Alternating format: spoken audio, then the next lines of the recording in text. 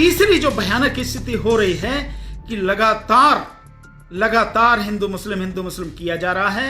गोदी मीडिया है वो लगातार बदतमीजी कर रहा है। कल मैं देख रहा था कि इतने गंभीर हालात में भी पता नहीं कोई मोदी की कोई स्टेडियम की कोई रिकॉर्डिंग वो राजेश शर्मा अपने इंडिया टीवी पर दिखा रहा था। मतलब इतनी गंभीर परिस्थिति है। लाखों की संख्या में मजदूर सड़क पर हैं, मजदूर एक्सीडेंट से मर रहे हैं, रेल के नीचे कट के मर रहे हैं, रोटी नहीं मिल रही है खाने को, उन्हें पानी नहीं मिल रहा है पीने को, उनकी स्थिति बद से बदतर होती जा रही है। और वो गोदी मीडिया का राजेश शर्मा मोदी की वो दिखा रहा है और वही चापलूसी बातें जो लगातार वो करता है कि आप ये हैं वो सारी की सारी चीजें वो दिखा रहा। ये सारी सरकारें बिजनेसमैन के लिए हैं, पैसे वालों के लिए हैं। ये गरीबों के लिए, शोषित पीड़ितों के लिए, मजदूरों के लिए, लाचारों के लिए, जरूरतमंदों के लिए, उनके लिए नहीं है। जो सबसे बड़ी एक चीज अब आपके सामने आ रही हैं, तीन चीजें बहुत खुलकर सामने आ रही हैं। नंबर एक, जो मजदूर हैं, जो प्रवासी मजदूर हैं, एक तो उनका मसला जो है बहुत खुलकर सामने आ रहा है। उनकी पीड़ा, उनके दुख, उनके दर्द, उनकी मजबूरी, उनकी लाचारी, उनकी भूख, उनकी गरीबी, उनका सड़क पर चलना, गर्भवती महिलाओं का भी हजारों किलोमीटर दूर तक पैदल चलना, ये अपने आप में बड़ी गंभीर और उस पर पुलिस द्वारा ये चीजें हो रही हैं। मसला है, हमें सोचना पड़ेगा इस पे जरूर। हम लोग अगर विचार नहीं करेंगे साथियों तो हम सब के लिए आगे आने वाले समय में बड़ी गंभीर स्थिति पैदा होगी। और दूसरा, आप देख रहे हैं कि पीएम केयर फंड के नाम पर किस तरह से लूट मची हुई है और कहां उसका पैसा जा रहा है। ये जो गरीब हैं, ये मजदूर हैं, इनको रेल का किराया भी आप इनसे ले रहे हैं, 50 रुपए फालतू ले रहे हैं इनसे। और गुजरात में तो बड़ा भयंकर धोखा भी इनके साथ में किया गया। जो ये स्थिति इनके साथ में हो रही है वो बहुत गंभीर स्थिति है। तो वो जो पैसा पीएम केयर फंड में आ रहा है कहां चला गया? जुनैद अंसारी साहब भी जुड़ गए हैं, रामचंद्र रवि साहब भी जुड़ गए हैं, हमेश मित्तल जी भी जुड़ गए हैं सर, मोहम्मद सलीम साहब भी जुड़ गए हैं, अश्वनी कटारिया जी भी जुड़ गए हैं, वैशाली दमकिया जी भी जुड़ गए हैं, डीपी सिंह साहब जुड़ गए हैं। तो वो जो पैसा आ रहा है पीएम केयर फंड में, आखिर वो कहां जा रहा है? और तीसरी जो भयानक स्थिति हो रही है कि लगातार हिंदू मुस्लिम किया जा रहा है। हालांकि जो इनका गोदी मीडिया है वो लगातार बदतमीजी कर रहा है। कल मैं देख रहा था कि इतने गंभीर हालात में भी पता नहीं कोई मोदी की कोई स्टेडियम की कोई रिकॉर्डिंग वो राजेश शर्मा अपने इंडिया टीवी पर दिखा रहा था। मतलब इतनी गंभीर परिस्थिति है। लाखों की संख्या में मजदूर सड़क पर हैं, मजदूर एक्सीडेंट से मर रहे हैं, रेल के नीचे कट के मर रहे हैं, रोटी नहीं मिल रही है खाने को, उन्हें पानी नहीं मिल रहा है पीने को, उनकी स्थिति बद से बदतर होती जा रही है। और वो गोदी मीडिया का राजेश शर्मा मोदी की वो दिखा रहा है और वही चापलूसी बातें जो लगातार वो करता है कि आप ये हैं वो सारी की सारी चीजें वो दिखा रहा है। मतलब बेशर्मी की कोई सीमा नहीं रही है। जले पर नमक छिड़कने वाली स्थिति है ये जो हो रहा है। तो ये एक स्थिति है और लगातार हिंदू मुस्लिम हो रहा है। आज भी लगातार मुस्लिम समाज के जो लोग हैं, विशेषकर वो लोग जिन्होंने सीएए, एनपीआर और एनआरसी के समय में आंदोलन में भाग लिया, लगातार आंदोलन किया, करोड़ों लोग पूरे देश में उस आंदोलन से जुड़े, उन सारे लोगों को जो लोग कोऑर्डिनेट कर रहे थे, जो बढ़ चढ़ कर आगे हिस्सा ले रहे थे, जो भाग ले रहे थे, उसमें जो फ्रंट पर थे, उनको धीरे धीरे सब लोगों को गिरफ्तार किया जा रहा है और सभी पर देशद्रोह का मुकदमा लगाया जा रहा है। सारी देशद्रोह की परिभाषा इन्होंने बदल के रख दी है साथियों।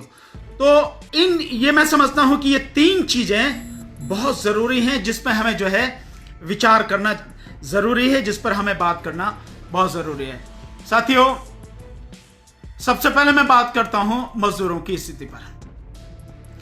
इसमें कोई शक नहीं है कि लगातार आप देख रहे हैं, हालांकि होना तो यह चाहिए था कि जब प्रधानमंत्री मोदी ने लॉकडाउन किया तो 4-5 दिन का या हो सकता है हफ्ते भर का समय उन्हें दिया जाता, पूरे देश के लोगों को दिया जाता कि जो कहीं भी हैं, इधर उधर हैं, जो अलग अलग राज्यों में रह रहे हैं, उन्हें बाकायदा समय दिया जाता, हफ्ते भर का समय दिया जा सकता था कि भाई हम, जैसे हांगकांग में किया गया, हफ्ते भर का समय दिया गया, तो दिया जा सकता था कि भाई हम उस तारीख को ये लॉकडाउन करने जा रहे हैं और इस लॉकडाउन में पूरा देश बिल्कुल बंद हो जाएगा, जो जहां है वहीं रहेगा, किसी भी तरह का कोई मार्केट नहीं खुलेगा, कोई इंडस्ट्री नहीं चलेगी, कोई बसें नहीं चलेंगी, कोई ट्रक नहीं चलेगा, कोई रेलवे नहीं चलेगा, सारा ट्रैफिक सारा पूरी तरह से बंद हो जाएगा।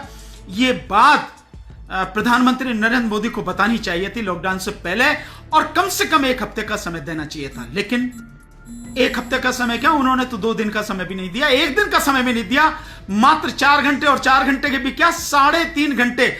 8 बजे श्रीमान जी आते हैं और 8:30 बजे लॉकडाउन करके कि 12 बजे से लॉकडाउन हो जाएगा करके चले जाते हैं। तो समय कहां मिला, किसी को कोई समय नहीं मिला, और कह दिया गया कि जो जहां है वहीं रहेगा, और सब पूरा बंद कर दिया गया।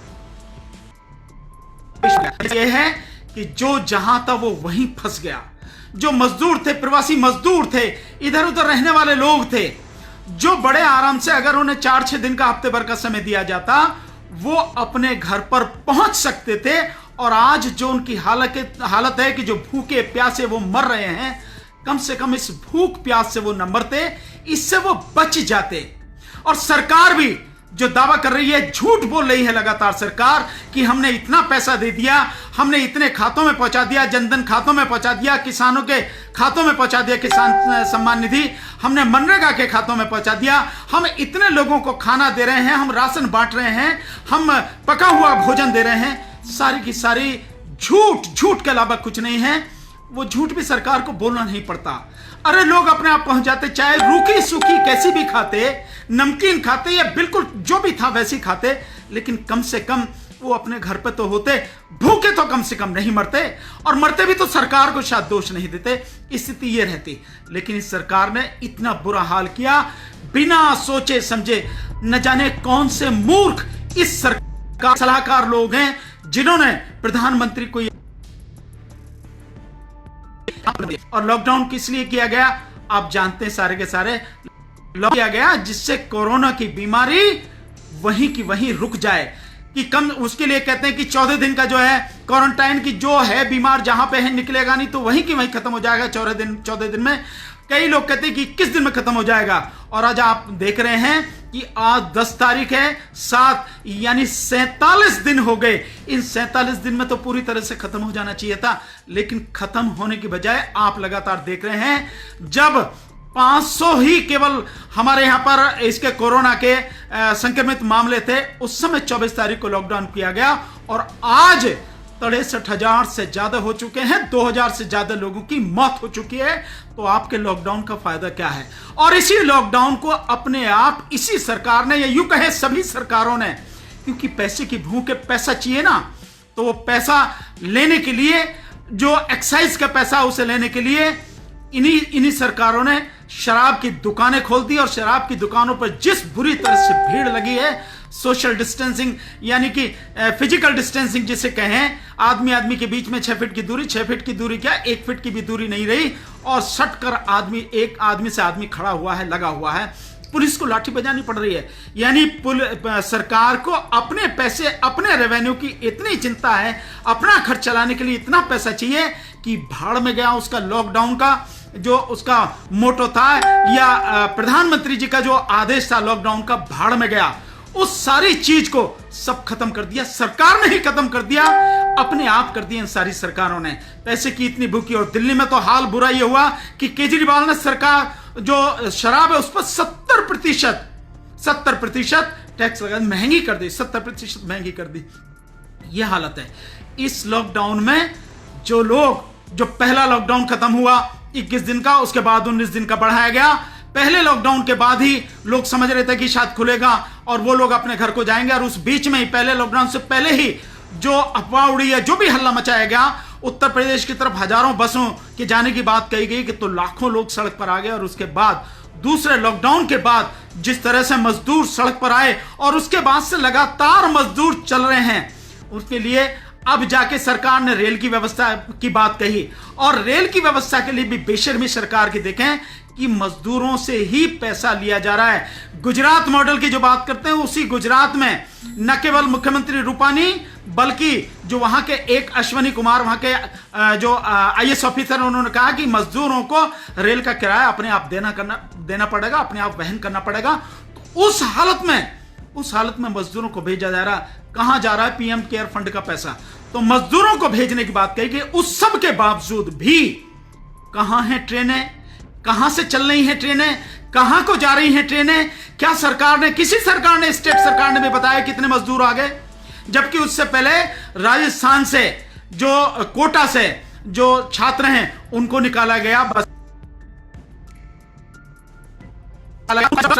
लेकिन इन मजदूरों को तो जो पैदल जा रहे हैं, अपने बच्चों को, अपने बूढ़े माँ बाप को गोदी में उठाकर, अपनी जो महिलाएं हैं, गर्भवती महिलाएं जो हजारों किलोमीटर तक पैदल चल रही हैं, उन सबको सड़क पर चल रहे हैं। तो पुलिस, जो कि पुलिस का बेरहम चेहरा हमेशा से लोगों के सामने आता रहा है, इसमें पता नहीं दया भाव की क्यों कमी है, क्या बात है, मैं नहीं जानता कि क्या स्थिति है, लेकिन शायद इनकी संवेदना पूरी तरह से मर चुकी है। लोग कहते हैं कि 2400 घंटे ड्यूटी कर रहे हैं, इसके ये परेशानी नहीं है। अगर ड्यूटी नहीं कर सकते, नौकरी से इस्तीफा देकर बाहर जाएं। क्या जरूरत है नौकरी करने की? किन नेताओं के इशारे पर तुम पब्लिक को पीट रहे हो? किसे रोक रहे हो आप? उस पब्लिक को जो बेचारी भूखी है, प्यासी है, जिसके पास पैसा नहीं है, जो पैसा ना होने की वजह से किराए का मकान छोड़कर वहां से अपने गांव के लिए जा रहे हैं, पैदल जा रहे हैं, जिनके पास बस का, रेल का किराया नहीं है, जिनके लिए बसें रेल में चलाई नहीं जा रही हैं, उन सब के लिए उन्हें सड़क पर चलते हुए को पीट रहे हो, उन गरीब मजदूरों को पीट रहे हो। और वो अगर रेलवे ट्रैक पर, जब उनके पास कोई रास्ता नहीं बचा तो रेलवे ट्रैक के माध्यम से जा रहे हैं, तो उनके साथ ऐसा हादसा होता है कि सोते हुए 16 मजदूर कट गए। और अब उसके बाद ये स्थिति है कि उन्हें रेलवे ट्रैक पर भी नहीं चलने दिया जा रहा, पुलिस वहां भी उन्हें पीट रही है। अरे बेरहम पुलिस के लोगों, क्या इसी बात की शपथ लेते हो जिस समय तुम संविधान की शपथ लेते हो, पुलिस की जो शपथ लेते हो, उसमें किस बात की शपथ लेते हो? क्या निर्दोष, बेगुनाह, मजबूर लोगों को पीटने की शपथ लेते हो, ना मारने की शपथ लेते हो? यह देश के संविधान को बचाने की और देश के कानून और संविधान के तहत काम करने की शपथ लेते हो। उनके पास रास्ते क्या बचा? सड़क तुमने बंद कर दी, सड़क पर तुम पीट रहे हो, तो रेलवे ट्रैक से नहीं जाएंगे तो कहां जाएंगे? उन मजदूरों की स्थिति। और इस हालत में मैं अब एक बात मेरे उन साथियों से कहना चाहूंगा, साथियों, ये मजदूर कौन है? ये गरीब, शोषित, पीड़ित, दुखी, दलित, पिछड़े समाज के, मुस्लिम समाज के ये लोग हैं और कोई नहीं है। और मैं समझता हूं ये जितने भी लोग हैं, आज इन्हें हिंदू कहने वाले, इन्हें हिंदू मानने वाले, जो 100 करोड़ हिंदुओं में इनकी गिनती करते हैं, जो 130 करोड़ हिंदुओं में, वो मोहन भागवत है नहीं, जो आरएसएस प्रमुख है, उसने कहा ना देश में 130 करोड़ हिंदू हैं। तो उस मोहन भागवत से पूछो, अभी ये हिंदू कहां गए? ये हिंदू नहीं दिखाई दे रहे? ये हिंदू नहीं तुझे मरते हुए नजर आ रहे? देखा नहीं लखनऊ में वो एक परिवार, एक व्यक्ति अपनी पत्नी को और दोनों बेटियों को लेकर साइकिल पे गया और एक्सीडेंट हो गया, दोनों पति पत्नी वहीं मर गए।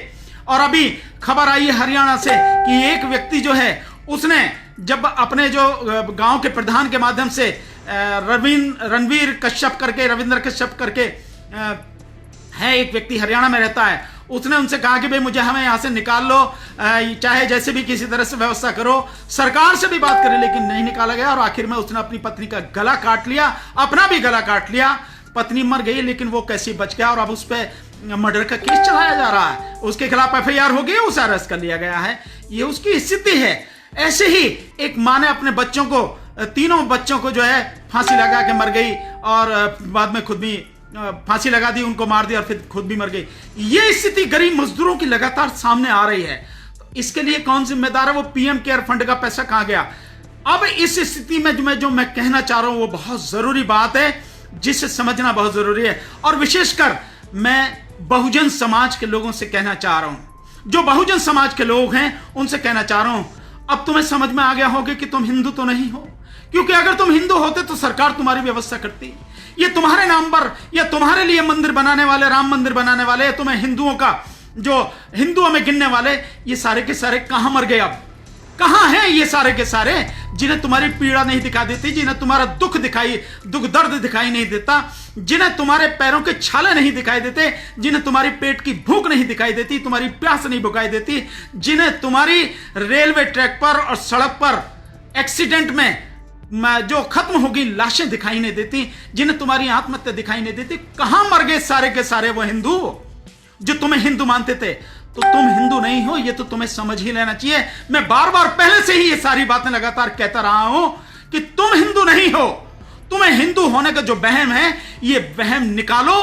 तुम जो हो उसे समझो और वही बनने का प्रयास करो। और मैं जो अब बात कहना चाह रहा हूं वो बहुजन समाज के उन लोगों से जो समर्थ हैं, जो सक्षम हैं, जो लोग कुछ कर सकते हैं, न केवल अपने लिए बल्कि इस समाज के लिए भी कुछ कर सकते हैं। और अब उनसे कहना चाहता हूं, मेरे जो रेलवे की जो SC ST एसोसिएशन है, जिसने 70 करोड़ रुपए PM केयर फंड में दिए हैं, कहीं नजर आ रहा है कि आपके जो दिए गए वो 70 करोड़ रुपए हैं, उनका कोई अंश रेलवे के माध्यम से, तुम तो रेलवे से ही हो ना, क्या तुम्हें नहीं पता? क्या तुमने देखा है कि तुम्हारी रेलवे के माध्यम से उन मजदूरों को ले जाने की कोई व्यवस्था की गई है? तो तुम्हें मन में सवाल नहीं आता तुम्हारे कि तुम्हारे उन 70 करोड़ रुपयों का क्या हुआ? काहे के लिए तुमने PM केयर फंड में दिए? अरे अगर उन पैसों को, जो 70 करोड़ रुपए आपने अपनी 3.5 लाख SC ST के जो कर्मचारी हैं रेलवे के, उन्होंने अपनी एक दिन की जो तनख्वाह दी, उस सबको अगर उसमें ना करके हम लोग उसका सही तरीके से सदुपयोग करते, कोई और फंड बनाते, उसमें हम लोग जमा करते और सीधे सीधे मजदूरों को मदद देते, उनके लिए राशन पहुंचाते, उनके लिए खाना पहुंचवाते, उनके लिए बसों की व्यवस्था करते। रेलवे का किराया, जिस तरह से कांग्रेस ने घोषणा करी मजदूरों के लिए रेलवे के किराया देने की, हम भी उसमें शामिल होते, हम लोग भी उसका जो है किराया देने की बात करते, तो हमारे मजदूर भाई बहन, हमारे ये बच्चे अपने घर नहीं पहुंच गए होते, निश्चित रूप से पहुंच गए होते। तो सोचो आप कि क्या किया। मैं आप सबसे निवेदन करूंगा कि हम सब, अब जो स्थिति है लॉकडाउन की, मैं नहीं उस विषय में कुछ कह सकता हूं।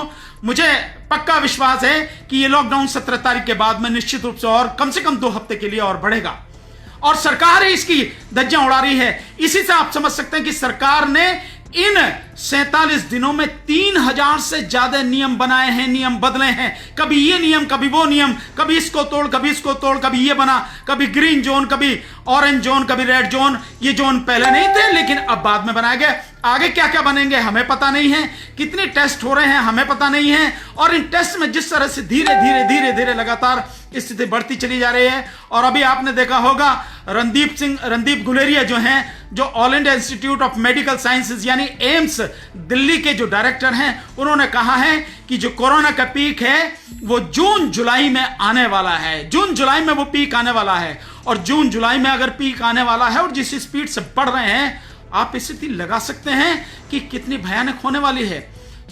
या तो लॉकडाउन बढ़ेगा या बढ़ा नहीं खुलेगा तो लोगों को मरने के लिए अपनी स्थिति पर छोड़ दिया जाएगा, क्योंकि ना तो डॉक्टरों के लिए, ना मेडिकल स्टाफ के लिए, ना नर्सिस के लिए, ना सफाई कर्मचारियों के लिए, ना पुलिस के लिए, ना और प्रशासनिक अधिकारियों के लिए, किसी के लिए भी इस सरकार के पास PPE किट नहीं है, ना दे पा रही है। और टेस्टिंग का क्या हाल है आप सबको मालूम है। इन स्थिति में मेरा आपसे कहना है साथियों, बहुत ही आपसे मेरा विनम्र निवेदन है, PM केयर फंड में 1 पैसा दिए बिना ही, कोई पैसा उसमें देने की जरूरत नहीं है, हम सबको मिलके एक मजदूर केयर फंड बनाना चाहिए। जैसे ही लॉकडाउन खुले उसके बाद में हम सबको इसके लिए एक ट्रस्ट बनानी चाहिए, और ट्रस्ट बना के 1 पैसा, एक जो फंड है ये हमें बनाना चाहिए, और इसको बना के हमें सीधे सीधे, बजाय किसी सरकार के, भाड़ में गई सारी सरकारें, चाहे केंद्र सरकार हो चाहे राज्य सरकार हो, क्योंकि आपने देख लिया होगा कि राज्य सरकारों की क्या हाल है। आपने देखा कर्नाटक की राज्य सरकार, जो बिल्डर लॉबी है, उस बिल्डर लॉबी के दबाव में आके रेलवे, उन्होंने रेल जो वहां से चल रही थी उनको कैंसिल किया, और जब सोशल मीडिया में हल्ला मचा, प्रेशर पड़ा, तो तब उन्होंने उसको खोला। और इसके बाद में आप देख रहे होंगे उत्तर प्रदेश की योगी सरकार, उत्तर प्रदेश की भाजपा की योगी सरकार और मध्य प्रदेश सरकार, इन्होंने जो श्रम कानून है, सारे श्रम कानून, 4 श्रम कानून जिनका कोई मतलब भी नहीं है, उन बाकी सारे श्रम कानून को लगभग खत्म कर दिया। 3 साल के लिए उसे सस्पेंड कर दिया, 3 साल के लिए। अब ना तो कोई वहां पे जो यूनियन है वो कोई काम करेगी, ना ही यूनियन या कोई भी जो वो है उस लेबर कोर्ट में जा सकेगा, और ना ही अपनी जो वहां की परिस्थितियां हैं काम करने की, उनकी जो स्थिति है उसके विषय में कोई नहीं कर सकेगा। और 8 घंटे की जगह उन्हें 12 घंटे काम करने के लिए कह दिया गया। हफ्ते में 72 घंटे अब मजदूरों को काम करना पड़ेगा। उनकी क्या तनख्वाह होगी, क्या सैलरी उन्हें मिलेगी, वेतन क्या होगा, कुछ नहीं पता। इन जो मजदूर हैं उनको व्यापारियों और उद्योगपतियों के बेरहम हाथों में मरने के लिए, उनका खून चूसने के लिए छोड़ दिया गया है। यह हालत सरकारों की है तो मजदूरों की आप समझ गए होंगे कि पहले भी सरकारें मजदूरों के लिए नहीं थी, पहले भी उद्योगपतियों के लिए, पैसे वालों के लिए थी, और अब तो ये बिल्कुल साफ ही जाहिर हो गया है। तो ये सारी सरकारें उद्योगपतियों के लिए हैं, ये सारी सरकारें बिजनेसमैन के लिए हैं, पैसे वालों के लिए हैं, ये गरीबों के लिए, शोषित पीड़ितों के लिए, मजदूरों के लिए, लाचारों के लिए, जरूरतमंदों के लिए, उनके लिए नहीं है। तो साथियों, क्या हमें भी उनके लिए नहीं करना चाहिए? मैं मानता हूं हम लोगों को करना चाहिए।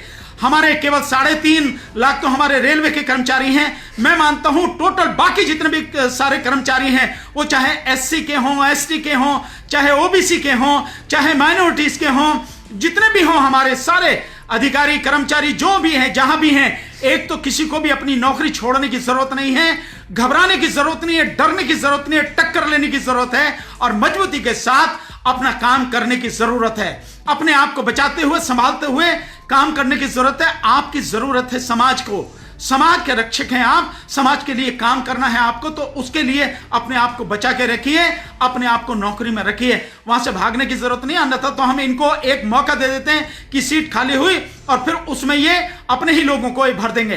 तो हमें ये जितने भी एससी, एसटी, ओबीसी, माइनॉरिटीज के लोग हैं, जो नौकरी कर रहे हैं, जो बिजनेस कर रहे हैं, जिनके पास पैसा है, हम सब थोड़ा थोड़ा करके भी एक मजदूर केयर फंड अगर बनाएंगे तो बहुत पैसा इकट्ठा हो जाएगा, और हम लोग सीधे सीधे अपने जो मजदूर साथी हैं, हम उनको मदद कर सकेंगे साथियों, उनको राशन पहुंचा सकेंगे, उनको खाना पहुंचा सकेंगे, उनको उनके घर पर पहुंचा सकेंगे, उनकी जो है रोजगार की, नौकरी की व्यवस्था कर सकेंगे साथियों। हमें यह करना ही होगा साथियों, कोई और आने वाला नहीं है। मैं बार बार इस बात को कहता हूं, कोई और आने वाला नहीं है, हम ही सबको करना है। ये हमारे लोग हैं, हमारे भाई हैं, हमारी बहनें हैं, हमारी माताएं हैं, ये हमारे बच्चे हैं, हमारा समाज है, ये हमारे भारतवासी हैं, हमारे भारत के लोग हैं। ये किसी भी जाति धर्म के हों, पर भारत के लोग हैं, और सरकारें इनके लिए सुन नहीं रही हैं। सरकारों ने तो आंख पर पट्टी बांध ली है, कान में रुई ठूस ली है, और वो सिर्फ बिजनेसमैनों के लिए और अपने लिए काम कर रहे हैं। तो एक हमें इस पे विचार कीजिए। जो भी सुझाव आपके हों, मैं चाहूंगा कि आप सारे के सारे लोग जो भी और बेहतर सुझाव हो सकता है उस सुझाव को दें, और इस पे गंभीरता से सोचिए कि क्या हमें एक मजदूर केयर फंड बनाना चाहिए। और फिर एक बार अपील करूंगा कि पीएम केयर फंड में अभी तक जैसे मैंने बताया कि नहीं पता कितना पैसा है। पहले जो खबर आई थी कि पहले हफ्ते में लगभग 8,000 करोड़ के लगभग पैसा हो गया था, और अभी जो मैंने कल एक वीडियो देखा है, जो कांग्रेस की एक अलका लांबा है, जो वहां एमएलए का इलेक्शन भी लड़ी हैं, उनका एक वीडियो है। उनमें उनका कहना है कि पता नहीं सोर्सेस क्या है, कैसे नहीं, मैं नहीं जानता कि कितना सच है कितना गलत है, कि कहां ये जा रहा है कि लगभग 15 लाख करोड़ रुपया पीएम केयर में फंडा गया है। मुझे भी नहीं मालूम, लेकिन मैं जो उन्होंने कहा है उनके वीडियो से उन्हीं की बातों को मैं कोट कर रहा हूं।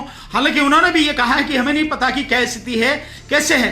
तो 15 लाख करोड़ रुपया कहां आ गया है, तो कहां से आया ये पैसा, किस काम आ रहा है ये पैसा? क्या इससे किट खरीदी जा रही हैं? क्या मेडिकल फैसिलिटी खरीदी जा रही हैं? क्या ये रिसर्च वर्क में काम हो रहा है, काम में आ रहा है? क्या रेलवे का तो आप किराया दे नहीं रहे, बसों का किराया तो आप दे नहीं रहे, मजदूरों को खाने के लिए तो आप दे नहीं रहे, मजदूरों को सीधा पैसा आप पहुंचा नहीं रहे।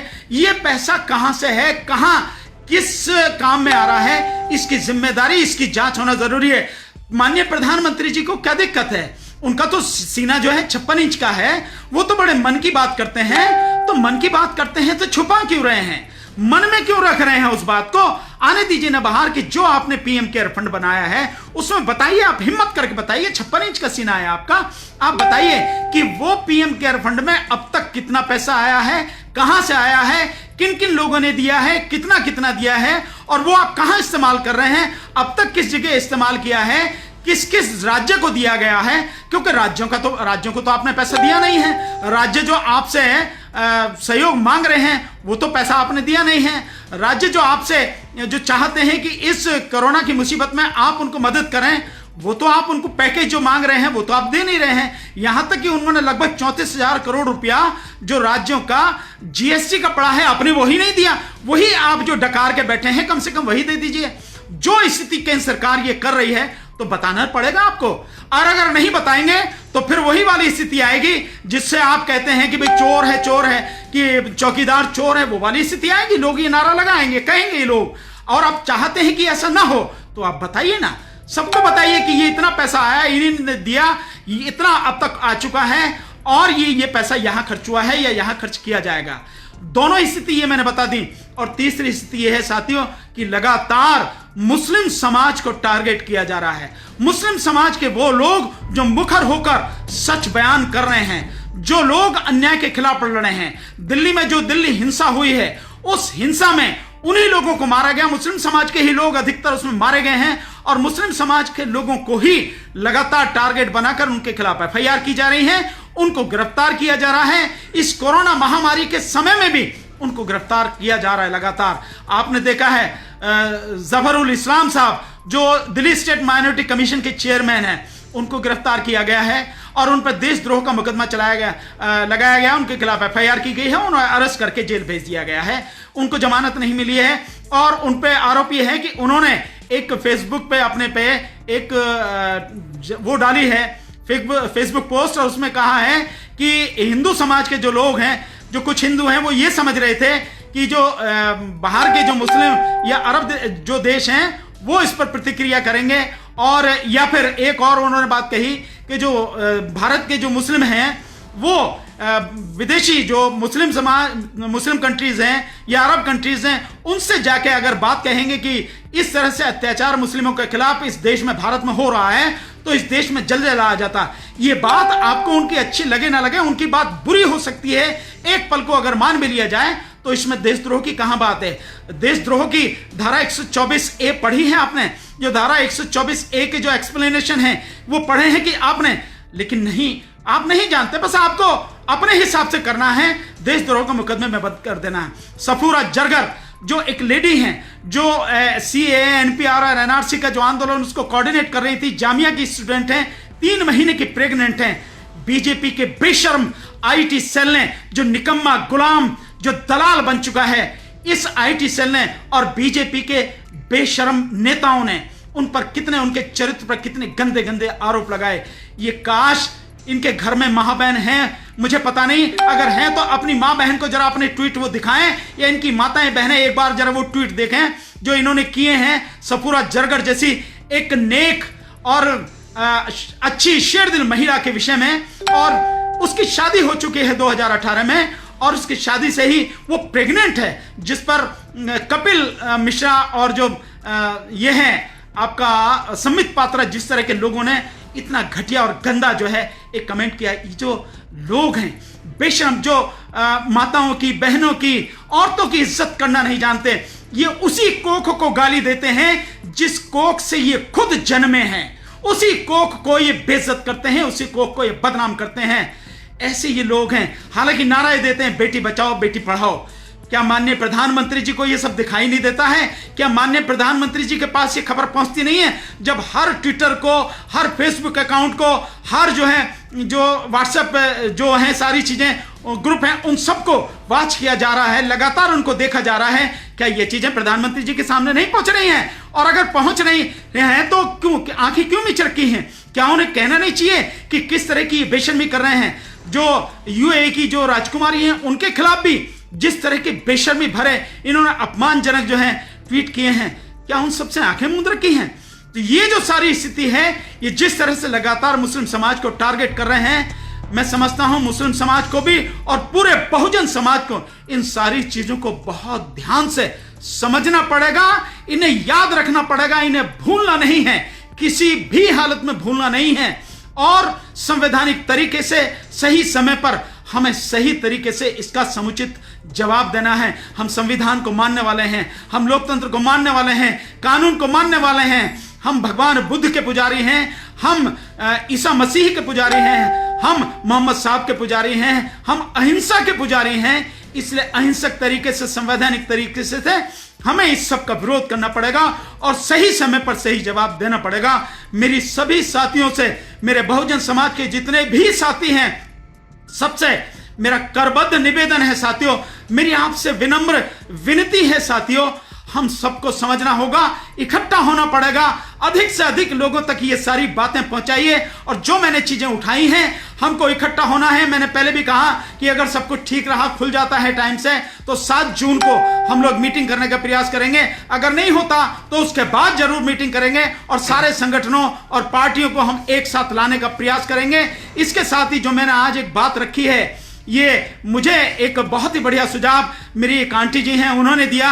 और उनके पति भी समाज के लिए बहुत सोचने वाले, बड़ी चिंता करने वाले, समाज के लिए काम करने वाले और उसके दुख दर्द से हमेशा जानने वाले, उसके दुख दर्द को दूर करने वाले मेरे एक ऐसे, मैं उन्हें गुरु भी कह सकता हूं, वो लॉ के स्टूडेंट्स को पढ़ाते रहे हैं दिल्ली में। उनकी जो मिसेज हैं, उनके माध्यम से सुझाव आया, मुझे सुझाव बहुत अच्छा लगा, इसीलिए मैंने आप सबके सामने रखा है कि क्या हमें जो एक मजदूर केयर फंड बनाना है। साथियों, हमें इसे सोचना पड़ेगा, क्योंकि सरकार तो सोचने से रही साथियों।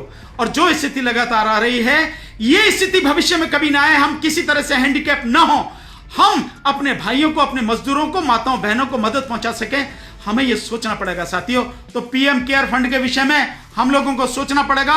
और दूसरा, जो भी हमारे साथी हैं, वो साथी इस बात को सोचें कि चाहे राजनीतिक संगठन हो, चाहे पॉलिटिकल पार्टियां हो, कोई भी हो, हम सारे के सारे मिलकर साथ आएं और पूरे देश भर में एक राष्ट्रीय स्तर पर मजबूत संगठन बनाएं।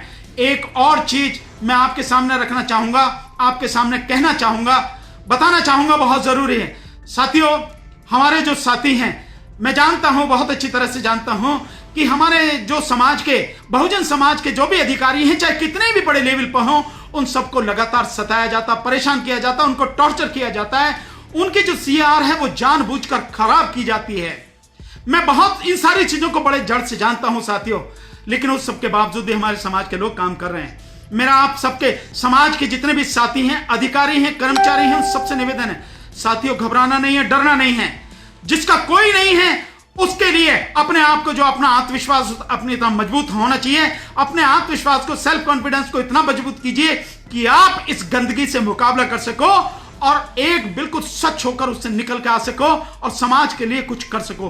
तो आपको करना है साथियों, डरना नहीं है, घबराना नहीं है, और किसी भी हालत में कैसी परिस्थिति हो जाए, इस्तीफा देकर भागना नहीं है। मैं ये इसलिए कह रहा हूं कि हमारे इस बहुजन समाज की, हमारे ही इस गाजियाबाद जिले के अंतर्गत, जो कुछ नोएडा में आता है, हमारा ये जो जिला है, कुछ बुलंदशहर में आता है, कुछ गाजियाबाद में आता है, इसमें हमारे जो गुर्जर समाज के जो हमारे साथी हैं, हालांकि गुर्जर समाज के साथी कुछ गलतफहमी में जीते हैं साथी, वो अपने आप को क्षत्रिय समझते हैं, जबकि वो क्षत्रिय नहीं हैं। वो जानते हैं, बहुत साथी उनको जानते हैं, नहीं है तो मैं बता दे रहा हूं कि आप क्षत्रिय नहीं हैं, आप शूद्र हैं, आप हमारे ही भाई हैं।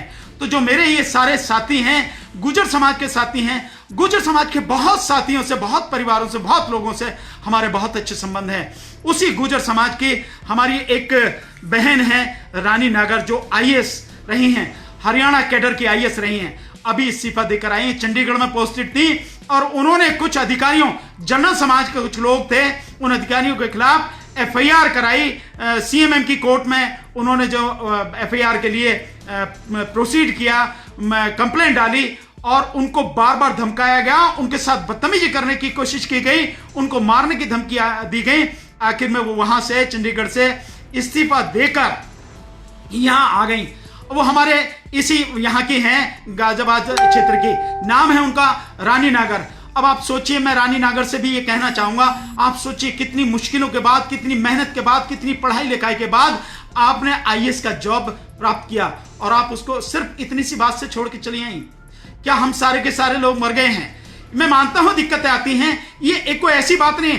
खुद मेरे पिताजी के सामने बहुत बड़ी दिक्कतें आई, अन्यथा मेरे पिताजी सुप्रीम कोर्ट के जज बन के रिटायर हो गए होते। लेकिन मेरे पिताजी क्योंकि बहुजन समाज के, दलित समाज के व्यक्ति रहे, और बहुत हैकड़, बहुत ईमानदार, बहुत काबिल थे, और ऐसा व्यक्ति उन्हें बर्दाश्त नहीं था, तो मेरे पिताजी को कंपलसरी रिटायर किया गया, और 7 साल में हमारा मुकदमा तय किया गया। हालांकि मुकदमे में जीते, हम दिल्ली हाई कोर्ट से जीते, हम सुप्रीम कोर्ट से जीते, लेकिन सारा कैरियर खत्म कर दिया। अन्यथा मेरे पिताजी सुप्रीम कोर्ट के जज बनकर रिटायर होते। तो ये दिक्कतें सबके सामने आती हैं, कोई एक बात नहीं है, कोई आप नहीं है, लेकिन उससे डर के नहीं भागना। आपको इस्तीफा नहीं देना था, मेरी जो रानी नागर मेरी बहन है, आपको इस्तीफा नहीं देना था, आपको वहीं जमना था, आपको लड़ना था, संघर्ष करना था। देखते हैं कोई क्या करता है। हमें भी लगातार धमकियां आ रही हैं, हमें भी जो इनकी ट्रोल आर्मी है, जो इनका जो बीजेपी का IT सेल है, जो इनके गुंडे लोग हैं, हमें भी लगातार मारने की धमकी दे रहे हैं। हम किसी बात से नहीं डरते, हम भी लगातार काम कर रहे हैं। सो हमें डरना नहीं है, काम करना है, डट के काम करना है। ये सारी स्थिति है, आपको आना नहीं चाहिए था, पर फिर भी अब जो भी स्थिति है, मैं चाहूंगा वो चाहे तो हमसे आकर मिल सकती हैं। ये मेरा फेसबुक अकाउंट, इस पे भी मिल सकती हैं, मेरा इस पे फोन नंबर पे पड़ा है, वहां भी मिल सकती हैं, वहां भी मेरे से बात कर सकती हैं। नहीं है तो मैं फोन नंबर बता देता हूं अपना, मेरे पे उससे भी मुझे बात कर सकती हैं। फोन नंबर चाहे आप लिख लें, कुछ और साथी भी चाहते हैं फोन नंबर। मेरा फोन नंबर है 8587979947। फिर से रिपीट करता हूं, 8587979947। आप मेरे से भी इस पे बात कर सकती हैं। पूरा समाज आपके साथ में है। मैं और की अगर नहीं कहता कि बहुत से लोग ऐसे हैं, हम आपके साथ में हैं। आपको घबराने की जरूरत नहीं है, आपको जॉब छोड़ना नहीं था। अगर हो सकता है आप इस्तीफा वापस ले सकती हैं। अगर ऐसी कोई स्थिति है तो रानी बहन, मैं आपसे कहूंगा कि आप वापस लें। मैं समझता हूं गुर्जर समाज के लोग इतने मजबूत तो हैं ही, इतने ताकतवर तो हैं ही कि वो अपनी इस बहन की रक्षा कर सकेंगे, अपनी इस बहन के लिए खड़े हो सकेंगे, इसके हक के लिए खड़े हो सकेंगे। वैसे ही समाज में बहुत कम लोग पढ़े लिखे हैं, बहुत कम लोग इतनी बड़ी पोस्ट पर पहुंचते हैं, और ऐसे में एक हमारी बहन जो IAS की पोस्ट पर पहुंची है, वहां पर नौकरी कर रही है, वो इस्तीफा देकर जाएगी तो समाज को कितना बड़ा नुकसान है। कहां तक वो पहुंचती तरक्की लेके। इस तरह से नहीं करना है। हम आपके साथ में हैं। आप कुछ भी हो, कोई भी बात हो, जो भी हम आपसे मदद कर सकते हैं, हम आपकी मदद करेंगे, आपके साथ में है। तो ये मेरा आपसे कहना है, हमें एक दूसरे की ताकत बनना है, एक दूसरे का साथ देना है, एक दूसरे के साथ खड़े होना है, और दुख सुख में इकट्ठा होकर लड़ना है। साथियों, हमें यह संगठन बनाना ही पड़ेगा। हमें मजदूर केयर फंड के विषय में सोचना ही पड़ेगा। एक ट्रस्ट बनाकर इसको करना ही पड़ेगा। अपने भाइयों के, अपनी बहनों के दुख दर्द को दूर करना पड़ेगा। आप देख ही चुके हैं साथियों, ये खून चूसने पड़ लगे हैं। ये मजदूरों की नहीं, गरीबों की नहीं, शोषित पीड़ितों की नहीं, ये तो अमीरों की, बड़े बड़े बिजनेसमैनों की, व्यापारियों की, उनकी सरकार है। आज आपने बहुत सारे साथी मेरे साथ जुड़े हैं, लगातार आपने शेयर भी किया है, बहुत बहुत शुक्रिया। एसके साहब, मैंने आपका नंबर देख लिया है, मैं इसे सेव कर लेता हूं। और भी जो साथी हैं, साथियों, हम आगे भी आपसे जुड़े रहेंगे, आगे भी एक साथ बने रहेंगे, और जो बात होगी उस पर लगातार चर्चा करेंगे। हाँ, एक चीज और देखिए, मैं उसमें जो मुस्लिम समाज के साथियों की बात कर रहा था, मैंने उनकी बात करी जो उसके माइनॉरिटी सेल के, जो माइनॉरिटी कमीशन के जो चेयरमैन हैं, उनकी बात मैंने करी। एक सफूरा जरगर, उनकी बात की। आप देखिए, सफूरा जरगर के मामले में देखिए कि 3 महीने की प्रेग्नेंट हैं, लेकिन उन्हें बेल नहीं दी गई है। हेल्थ ग्राउंड पर भी उनको बेल नहीं दी गई है। आप समझ रहे हैं मैं बार बार अदालतों पे क्वेश्चन मार्क क्यों करता हूं, अदालतों पे उंगलियां क्यों मैं लगातार जो उठा रहा हूं। ये स्थिति है, ये जो सारी की सारी चीजें हैं कि अदालतों की भी बिल्कुल जो संवेदना है वो मर चुकी है, संवेदनाहीन हो चुके हैं। कहां गई वो सुप्रीम कोर्ट हमारी, जो ये कहती है bail is rule, rejection is exception, यानी कि बेल देना, जमानत देना एक नियम है, और जमानत खारिज करना यह अपवाद है। कहां गया वो कानून को भूल गई जो कहता है कि जब तक साबित नहीं हो जाए हर व्यक्ति बेगुनाह है, हर मुलजिम जो बेगुनाह है। कहां गई वो अदालतें जो इस बात को सोचती हों, जो इस बात को, जिस पर हमारा कानून टिका हुआ है, जो ये कहता है कि चाहे 100 के 100 गुनहगार छूट जाएं, लेकिन किसी भी बेगुनाह को सजा नहीं होनी चाहिए। तो उन्हें सफूरा जरगर और ऐसे लोग दिखाई नहीं देते। इसी में एक हमारे जामिया के और हमारे साथी हैं जो लगातार CA, NPR, NRC के विषय में लगातार आंदोलन में रहे, और जामिया में जो आंदोलन चला उस आंदोलन को बहुत एक्टिव रूप से हैंडल करते रहे। उन पे भी देशद्रोह का आरोप लगाया गया, सफूरा जरगर पर भी देशद्रोह का आरोप लगाया गया। वो हमारे साथी हैं मीरान भाई को भी नौजवान साथी हैं, बड़े जुझारू साथी हैं, उनको भी जो है देशद्रोह के आरोप में बंद किया गया है। एक और हमारे खालिद सैफी हैं जो हमारे इधर रहते हैं, जो यमुना पार के इलाके में शायद कहीं रहते हैं, एक वो भी ऐसे साथी हैं, लगातार वो साथी भी संघर्ष करते रहे हैं। तो ऐसे सारे साथियों को टारगेट बना के, विशेषकर मुस्लिम समाज के साथियों को टारगेट बना के देशद्रोह के मुकदमे में लगातार एफआईआर की जा रही है, उन्हें जेल में ठूसा जा रहा है। कोई बात नहीं साथियों, किसी को भी घबराने की जरूरत नहीं है। ये कठिन समय है और ये अन्याय के खिलाफ आप जिस तरह से डटे रहे हैं, ये उसी का परिणाम है। एक दिन हमें भी जेल जाएंगे, हम भी जेल जाएंगे, हमें भी ये लोग बख्शेंगे नहीं, उस बात की चिंता नहीं है साथियों। हम जाएं और कितने साथी जाएं, इस बात से घबराना नहीं है, लेकिन अपना संघर्ष जारी रहे। लगातार हमको एक दूसरे को जोड़ते रहना है, इकट्ठे रहना है। यही बात मुझे आपसे कहनी है साथियों। आपने इतनी देर सुना मुझे, हर चीज को मैंने कोशिश करी है, तो फिर एक बार शॉर्ट में कहता हूं, मुस्लिम समाज के मेरे भाई, आपको घबराने की जरूरत नहीं है। पूरा बहुजन समाज और हिंदू समाज के भी जो सेकुलर माइंड के लोग हैं, जो अच्छे लोग हैं, चाहे वो पत्रकार हों, चाहे सामाजिक कार्यकर्ता हों, राजनीतिक कार्यकर्ता हों, जो सहृदय लोग हैं, और उनकी संख्या बहुत बड़ी है, वो भी आपके साथ में हैं।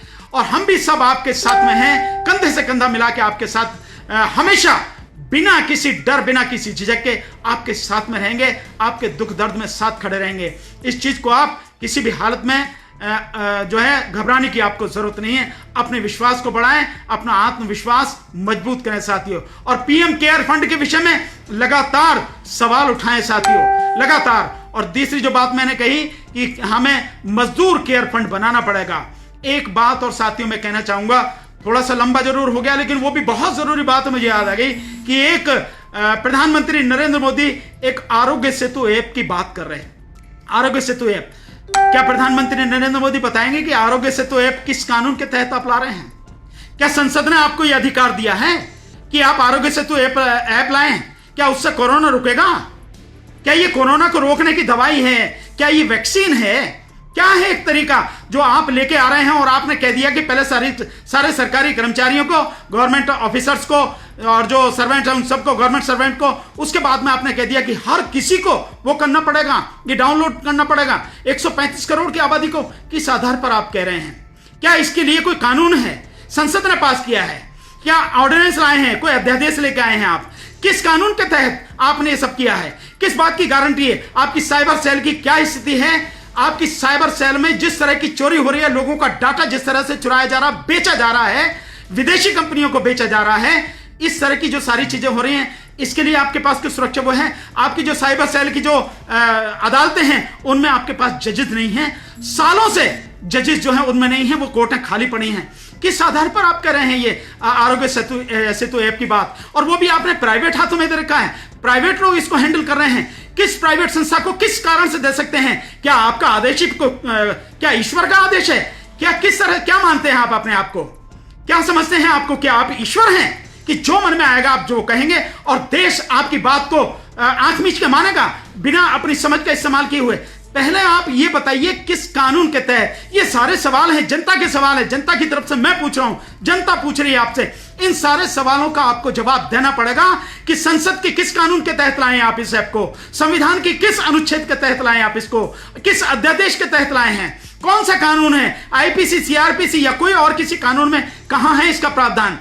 किस महामारी के किस कानून के तहत आप इसको लेकर आए हैं? किस अधिकार के तहत आप इस ऐप को डाउनलोड करने की बात करें? मेरा सभी लोगों से बिल्कुल विनम्र निवेदन है कि इस ऐप को डाउनलोड करने की जरूरत नहीं है। क्यों? क्योंकि जो विशेषज्ञ हैं, साइबर के जो विशेषज्ञ हैं, जो टेक्नोलॉजी के विशेषज्ञ हैं, उनका कहना है, बहुत साफ शब्दों में कहना है, और कांग्रेस के पूर्व अध्यक्ष राहुल गांधी जी ने भी यह कहा कि ये जो ऐप है, ये लोगों की निगरानी करने वाला ऐप है। आपको सर्विलेंस, आपकी सर्विलेंस की जा रही है इस ऐप के माध्यम से। आप कहां जा रहे हैं, कहां किससे बात कर रहे हैं, किन किन सबसे जो है आप जुड़े हुए हैं, उन सारी चीजों को सर्विलेंस पे आपके पे लगाया जा रहा है। आपका सारा डाटा इसके माध्यम से चोरी किया जाएगा और ये सब प्राइवेट हाथों में चला जाएगा, जिसकी कोई गारंटी नहीं है। तो जब तक सरकार में माननीय प्रधानमंत्री नरेंद्र मोदी जी इन सारे सवालों का जवाब लिखित में नहीं देंगे, कानून के तहत नहीं बनाएंगे, तब तक किसी को भी इस ऐप को डाउनलोड करने की जरूरत नहीं है। एक बात यह भी कही जा रही है कि आप इस ऐप को डाउनलोड नहीं करेंगे तो बच्चों का एडमिशन नहीं होगा, आपको मेट्रो में सवारी नहीं करने दी जाएगी, आपको बैंकों से पैसा नहीं होगा। ये सब डराने की स्थिति है। कोई बैंक आपसे आपके पैसा निकालने से मना नहीं कर सकता, कोई आपकी एफडी तोड़वाने से मना नहीं कर सकता। कोई भी बैंक की डीलिंग है, इस ऐप के लिए आपसे किसी हालत में, किसी भी हालत में, किसी भी कीमत पर आपको मना नहीं कर सकता। दूसरा, कोई भी स्कूल, कोई भी कॉलेज, कोई भी संस्था आपके बच्चों को एडमिशन देने के लिए या आपके बच्चों के दाखिले के लिए मना नहीं कर सकती है। अगर कोई स्थिति है बताइए हमें, सब लोग मिलकर लड़ेंगे, संघर्ष करेंगे, देखते हैं कौन कैसे करता है। ये सारी स्थिति घबराने की जरूरत नहीं है साथियों। इस तरह के जो लोग हैं उनसे तो हमें लड़ना ही पड़ेगा, संघर्ष करना ही पड़ेगा, अन्यथा हम गुलाम नहीं हैं, हम इंसान हैं, जीते जागते इंसान हैं। हम कोई मुर्दा नहीं हैं, हम कोई काठ की पुतली नहीं है, मिट्टी के पुतले नहीं हैं। हम लोग इंसान हैं, हम दिमाग रखते हैं, दिल रखते हैं, दिल हमारे सीने में धड़कता, सांसें चलती हैं हमारी नसों में, हमारी जो नसों में खून दौड़ता है। हम वैसे ही नहीं हैं, हम कमजोर नहीं हैं, ये मानते हैं। ये डराने की कोशिश की जा रही है। हम कमजोर न थे, न हम हैं और न ही जीवन में कमजोर होंगे। हर तरह से मजबूती के साथ हम लोग संघर्ष करेंगे। संघर्ष हमें करना ही पड़ेगा, नहीं तो सब कुछ बर्बाद हो जाएगा। साथियों, मेरा आपसे कहना है, ये एक पता नहीं कौन दलाल करके है, ये आ गए, ये गाली दे रहे, ये कुछ कीड़े जो हैं ये रेंगने के लिए आ जाते हैं। ये पता नहीं कौन सी गंदी नाली के कीड़े हैं जो आ जाते हैं रेंगने के लिए और इसमें गंदगी फैलाने की कोशिश करते हैं। तो इनसे चिंता करने की जरूरत नहीं है। ये इनकी, क्योंकि इनको पैसा ही इस बात के लिए मिलता है, बीजेपी आईटी सेल को, जो क्योंकि सारे पैसे पे चलती है, तो वो तो नौकर हैं, नौकर गुलाम है ये। इससे ज्यादा कर क्या सकते हैं? तो उसके लिए तो इनसे घबराने की जरूरत नहीं, चिंता करने की जरूरत नहीं है। दो जिन तुम्हारे मन में जितनी गाली हो सकती पूरी भड़ास निकाल लो, ताकि तुम्हारे मन को कम से कम कुछ सुकून मिले, कुछ शांति मिले, तुम्हारी आत्मा को शांति मिले। तो मेरा ये कहना है, घबराने की जरूरत नहीं है। किसी को भी ये आरोग्य सेतु ऐप डाउनलोड करने की जरूरत नहीं है, क्योंकि इसके माध्यम से सरकार जो एनपीआर और एनआरसी और जो सीएए है उस सब को करने की कोशिश कर रही है। जब सब लोग इसको डाउनलोड कर लेंगे, सबकी जानकारी, हर चीज की जानकारी सरकार के पास चली जाएगी, तो सीएए और एनपीआर और एनआरसी करने की कहां वो जरूरत रहेगी, घर बैठ के आराम से करेगी। तो ये दूसरी तरह से एनपीआर और एनआरसी करने का एक फार्मूला है, आरोग्य सेतु ऐप, इसको डाउनलोड करने की जरूरत नहीं है साथियों। तो मेरा आपसे यही कहना है, इन सारी चीजों को ध्यान में रखें। आपने बहुत ध्यान से मेरी बात सुनी, बहुत सारे साथी जुड़े, सभी साथियों को जय भीम, नमो बुद्धाय, सत श्री अकाल, आदाब, नमस्कार, गुड आफ्टरनून। खुश रहें, घर में रहें,